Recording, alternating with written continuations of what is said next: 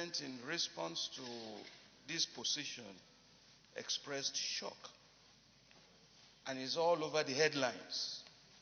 The reason why these two statements made headlines is because they are statements of fact, and it's the truth that this architecture is not working, and of course the President is shocked. Why is it not working? What's the evidence of that? And where is Mr. President shocked? I just have information to share. The Fund for Peace and the Foreign Policy magazine in Nigeria published a report in 2019 and ranks Nigeria number 14 on the list of fragile states all over the world. Nigeria is ahead of Yemen, of Somalia, South Sudan, Central African Republic, Afghanistan, Iraq, and Syria. Yes, those are the countries that are in worse situations of fragile states than Nigeria. Mr. President, in a normal circumstance, states like Nigeria should have the monopoly of the use of legitimate violence. Nigeria has lost that monopoly to warlords, paramilitary groups, armed gangs, terrorist groups, including ethnic and religious militias. In November last year, I was in Borno State with the Committee on Army on oversight. We could not travel beyond a few kilometers outside Maiduguri because we were told that Boko Haram has taken over the outskirts of Maiduguri. And Maiduguri was under a threat of invasion by Boko Haram. Nigeria is at war. And let nobody be deceived. Because what happened in Syria started like this. It was like skirmishes all over the place before the meltdown started. The time for rubber to meet the road has come, and we can no longer play ostrich and pretend that nothing is happening. You said it, and the President agreed. There is social tension in this country, and there is discord between the elite. There is no consensus. There is no elite consensus on the problem of the nation. Why? Ethnicity, religion, and corruption is not allowing the elite to come together to face the problem of this country, of which security is number one. Mr. President, I want to speak to facts.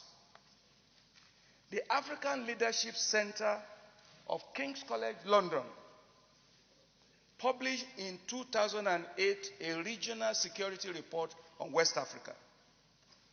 In that report, Nigeria accounted for 54% of recorded violent events in the whole of West Africa.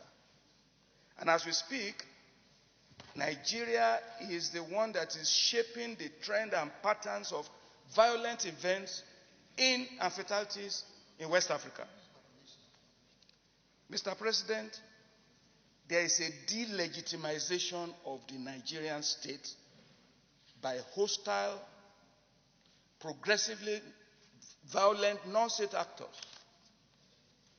And of the estimated 500 million illicit small arms that is circulating West Africa, Nigeria is holding 70%. This is by the United Nations Center for Peace and Disarmament. What are we saying? Mr. President, let's face the fact. We are facing a crisis. And the time to hold on to it is now. On policing, I have a list here of 7 federations all over the world. 7 federations. India, Nigeria, Switzerland, USA, Canada, Australia, Brazil.